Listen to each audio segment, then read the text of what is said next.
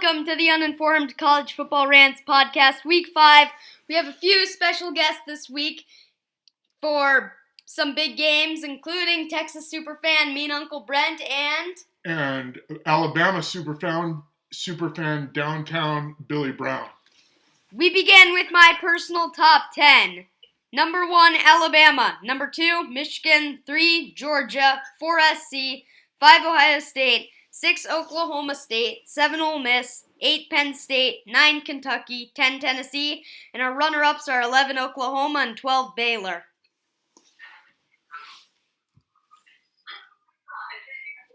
don't have any issues with that. You agree?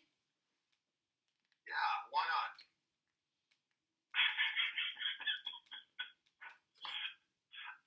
I would almost say anytime Michigan thinks they're a contender for the national title, it just doesn't seem right. That's just my opinion. Yeah, last And year I can they... say the same thing about Baylor. Anytime Baylor is in a top 10, somebody from Texas that's my age has to do a double take. Agreed. They're top 10 in committing felonies. And maybe basketball if they pay the refs. Right. They're definitely in the top 10 Baptist basketball or football powers. Yes, that's right. They're not even in the top 10. They're 12. Might be stuck in a conference with nothing but Baptist schools, which would Yeah. Okay, some sort of justice. Cheeks, what's your next topic? Our first topic is Heisman Watch, early Heisman Watch. Who do we have? My current Heisman Watch is Bryce Young, Caleb Williams, Bijan Robinson, and maybe, I think Will Levis might be a sleeper, the Kentucky quarterback. And, C.J. Stroud is probably up there. Is this the same Bijan that fumbled in overtime last week? Well, other than that, he's a Heisman contender.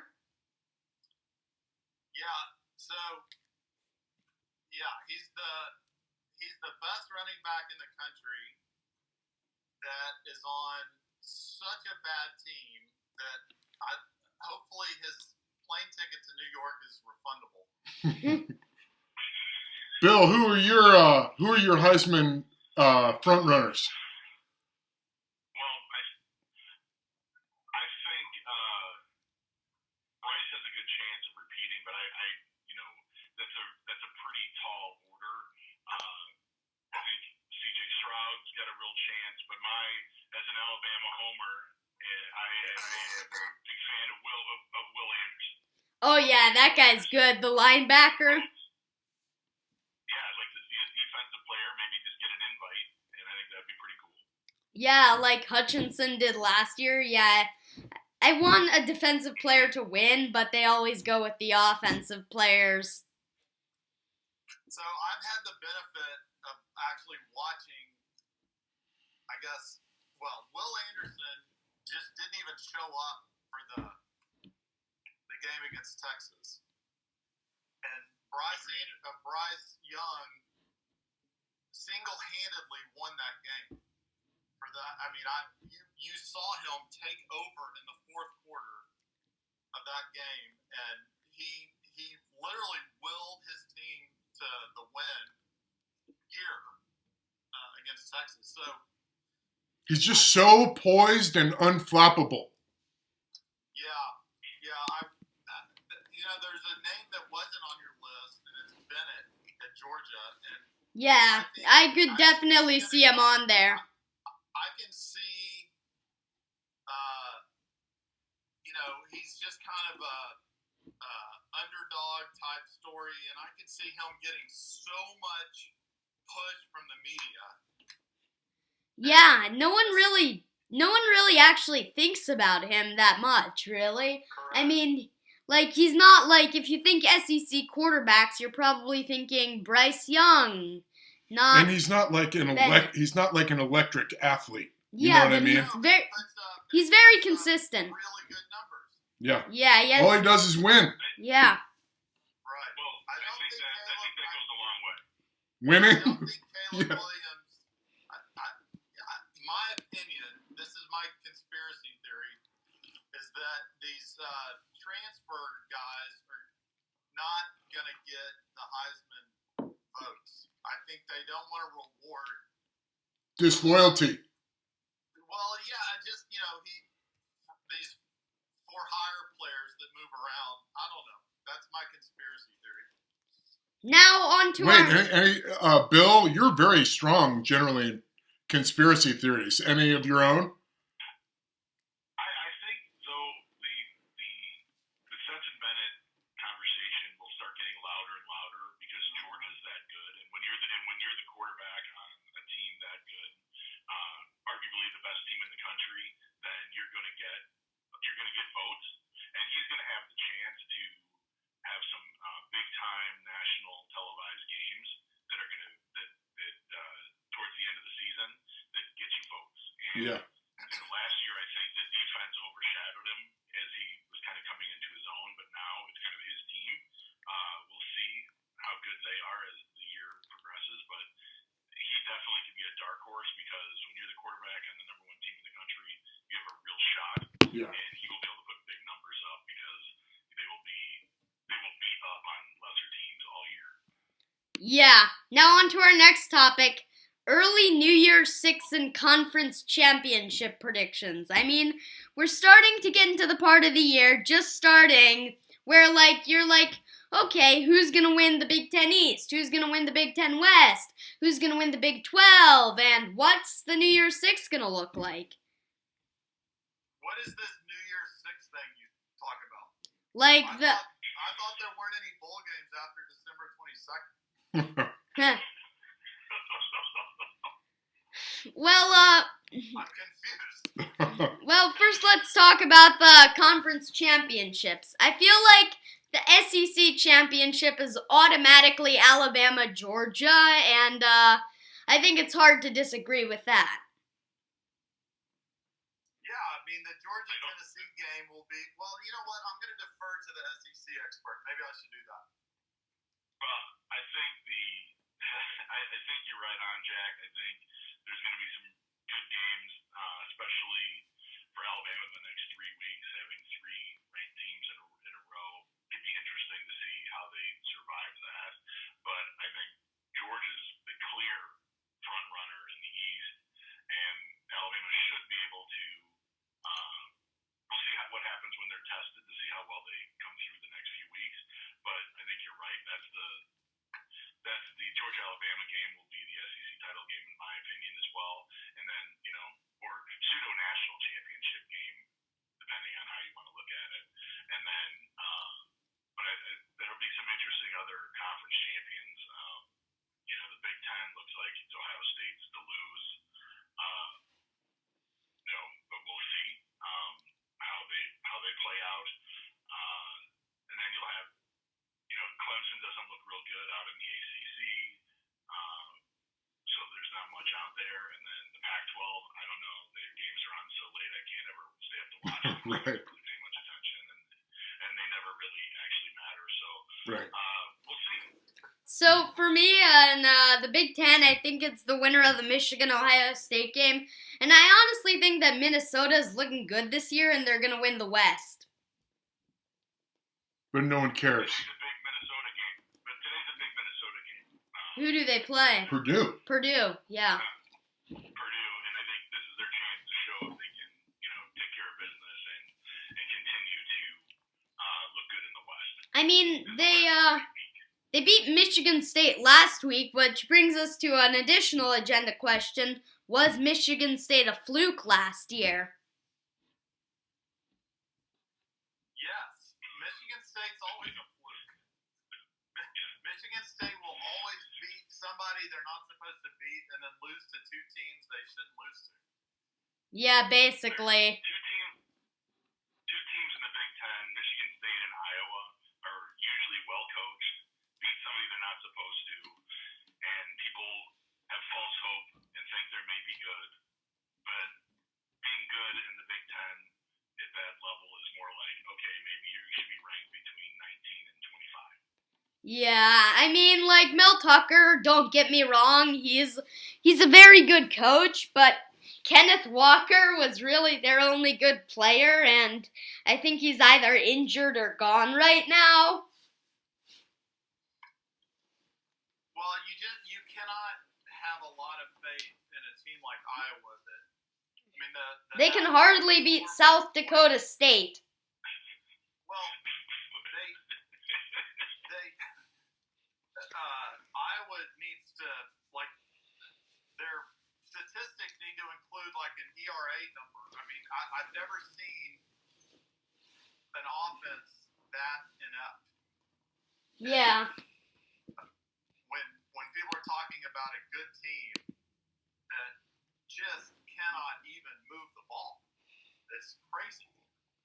Yeah. Did you say even a field goal isn't going to cut it week to week? Correct. No, like if you put up if your score is 6-3 and you're playing Michigan or Ohio State, both of whom are on their schedule this year, then I think that's 2 losses. At one point, I think it was just last week, at some point last week, the Iowa defense had still scored more points than the offense. Wow. That's amusing. Now on to our next topic. Mike Gundy and Oklahoma State clashed with Dave Aranda and Baylor. It's that's the clash of the hairstyles. Yes. I mean, and although we're big fans, I mean, how can you not respect the Baylor coach? Although that was a rhetorical question, Brent. We know you have an actual answer. Yeah. How can you not go with the mullet? So, yeah. Well, those are the 2 best coaches in the Big 12, and it's not even close. Since Lincoln Riley left, it's not even close. They're the 2 best coaches. And, but the mullet can't quite get over the hump, whereas Baylor, that guy is unbelievable. I mean, he is an unbelievable coach, and he won't be there for long because some NFL team's going to take him, I assume. But they took that Matt Rule guy. But the winner of that game will definitely have the inside track, almost a lock even, to make the Big 12 championship. Yeah, I think that very well could. It's possible that the Big 12 championship is a rematch of that game. Exactly, like it was last year. Right, I have no faith in OU whatsoever. Yeah, I mean, they just lost to Kansas State. Who knows about the Texas game? We've seen, that play out. Interestingly, it's been very close in the past few years. They're probably going to take another stupid loss. They're probably going to lose to Oklahoma State again. They might lose to Baylor. Who knows? Brent, does Kansas State... I've done my job with Jack, clearly. Does K-State and Kansas's competence sting, Brent? Or is it like an oddity that doesn't bother you? Kansas you're talking about? Yeah. Yeah, that's crazy. And K-State. Well, I think both those things I think can be true. It is definitely an oddity that Kansas would be undefeated right now.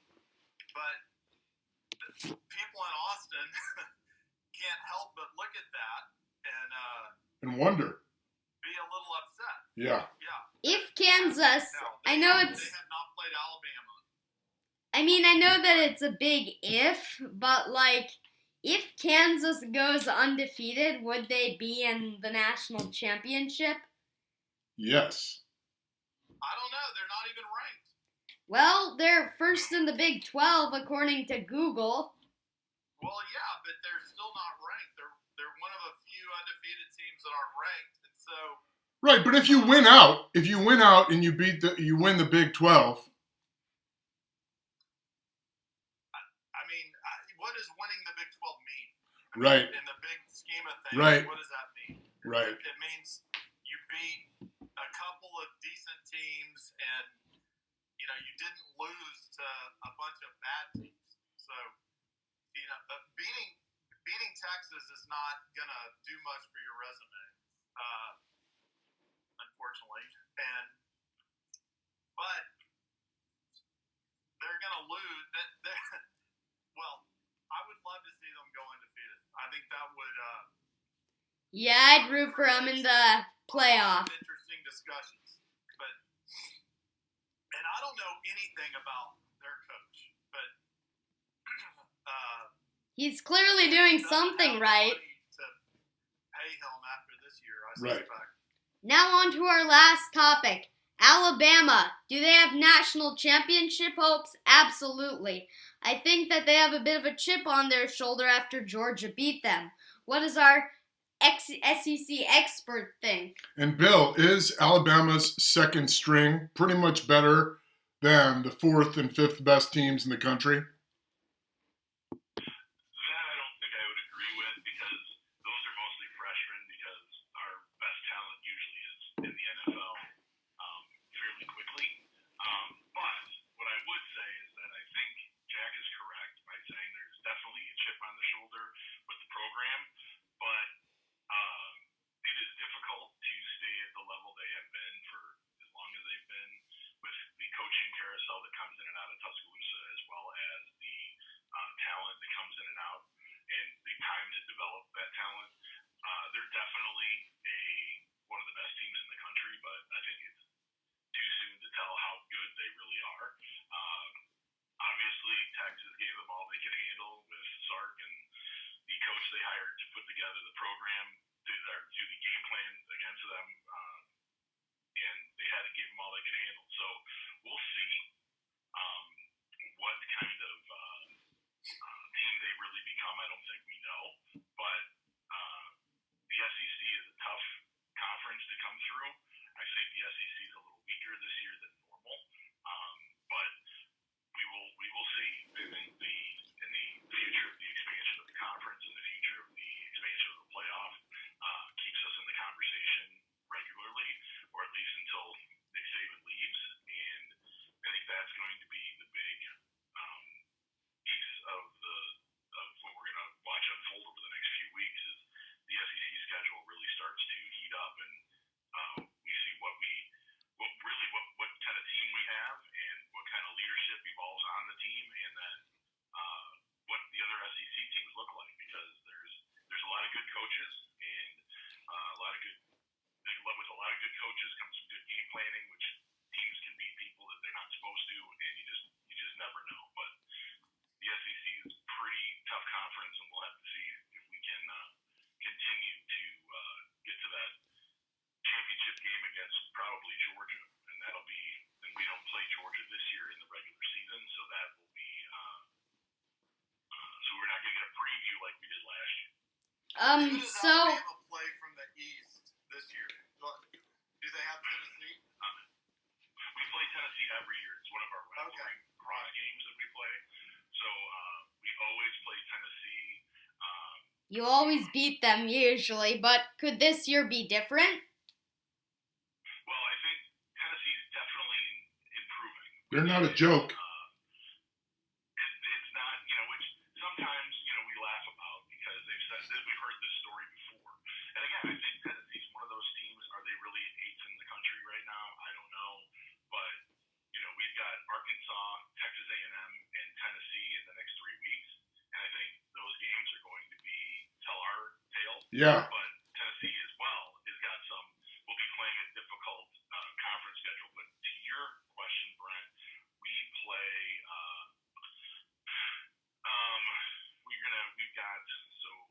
our SEC schedule is Vanderbilt, thank God, Arkansas, A&M, Tennessee, Mississippi State, LSU, Ole Miss, and then obviously Auburn, which we play every year. So Tennessee and Arkansas are the only two potential speed bumps I see on that. The A&M game will not even be close. I like your optimism. That's going to be a rout. That's a little optimism, but more hatred. Well,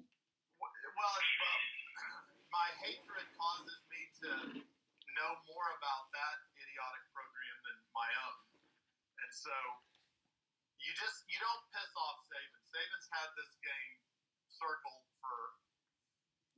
since the last time they met. 9 months, Yeah. and that game has the potential to get ugly. And I will be there to see it. okay, and now The last time I saw Texas A&M play, I had to sit there at Rants Stadium in Tuscaloosa and watch Johnny Football go insane. And Yeah. I hope to never have to watch that ever again. Well, if it makes you feel any better, he actually went insane. He absolutely did. Meth is a terrible drug. And now for my final question. Will Alabama win it all? What do you think? Well, as a homer, I'm just going to say yes. But Georgia's very, very good. But I think we'll have, if we stay healthy, we have a real chance of winning the whole thing. Yeah. I totally agree. I think in college football, the quarterback is just so important. And I think if you've got the best quarterback in the country, you will always have a chance to win the national championship. I like the way we develop over the years. So usually you're a much better team in the back half of the season than we are in the front half. And so I'm really hoping that we were able to develop some of that young talent. We have a lot of freshmen playing. Jack has allowed me to have one final question, which is obvious given our guests today. Like, gentlemen, what do you see as the dynamics of Oklahoma and Texas folding into the SEC? What's that going to look like?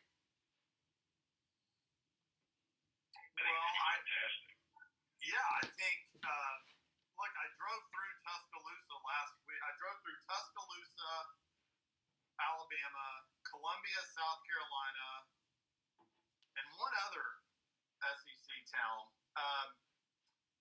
And I can only imagine how excited those people are to come to Austin, where we have buildings and multiple stoplights and something besides Olive Garden.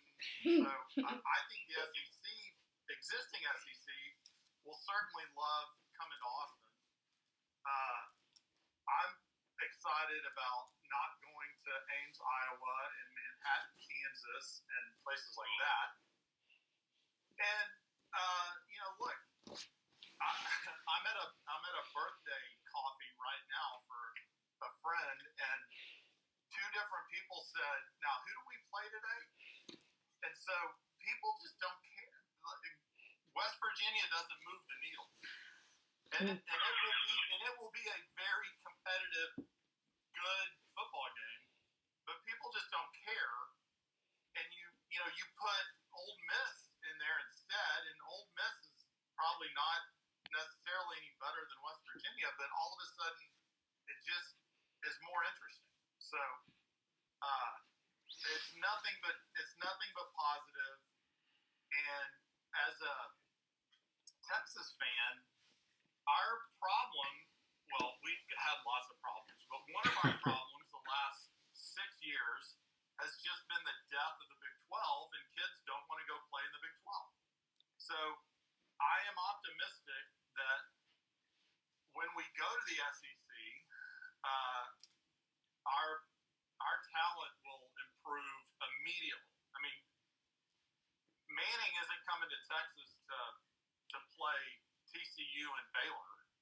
So he's if we weren't going to the SEC, we would not have even been on Manning's list. So I think you'll see a lot more of that. So I think it's going to be very, very good for Texas and Oklahoma. When Oklahoma was a dynasty, they were recruiting nationally, and that kind of stopped. And I think being in the SEC allows you to recruit nationally. They can get back into California and start recruiting California. That is it for. Whoa. What about Bill's insights? And I do think the SEC is so top heavy and always has been that I think having two more teams that almost immediately will at least be be in that kind of second group of teams is going to make the SEC much more competitive. And look, people saw that even a down Texas team has the talent to go toe to toe with Alabama. So, and I think OU's the same way. So I think we'll be perfectly competitive in the SEC, and I think it'll kind of raise everyone else. It'll raise that middle tier in the SEC up. That's my long-winded answer. Sorry. Well, I think, first of all, I agree with everything you said, Brent. I think the way that the conference is going to set up the next few years, they're planning on having 4 pods. Right. So each team is going to play 3 teams in their own pod, and then play 2, 2, and 2 for each of the other 3 pods. So you're going to play 9 SEC games. Every team is going to play everybody at least every 4 years. You're going to be going back and forth to different stadiums. You're only in 2 time zones, and like what the craziness the Big Ten's trying to do. You've got that kind of gives, not like Texas is a household name anyway, but now you've got Texas is going to be playing Florida, they're going to be playing Georgia, they're going to be playing all these teams within the next 4 years of entering the conference. You're going to have a lot of exposure to a lot of places, and it fits with the tradition of the league, it fits with the way things are set up, and I think that in itself is going to really spread the through the conference, and then in my humble opinion, in my prediction, is that we move the 24 teams 4 divisions of 6, and we end up basically having our own league and secede from the NCAA anyway. So therefore, we don't really need any. We have our own Super Bowl and we have our own league. Therefore, moving in that direction, we're right on our way. Only needing 8 more teams. So the exposure that these teams are going to get is tremendous, and that's not just Texas and Oklahoma. It's for everybody, and everybody taking a trip to Austin, everybody going to Norman. They're going to be and SEC teams. To your point, Brent, they travel. Oh, yeah. You're gonna see all our RVs from Tuscaloosa showing up on Austin on Monday for the Saturday game. When I go to Tuscaloosa for a game, which I'm going to be going to here in a few weeks, I show up on Tuesday. Yeah. We don't, we take the week off. That's how. And now with COVID, it's great. We can work from anywhere. So now, basically, we can go off for a month if we really want to. If we had a good home. You got that blur feature on Zoom. Right. Yes. Right. I bet, let me tell you, I bet that in 10 years, Kansas will be starting their bid to go to the SEC.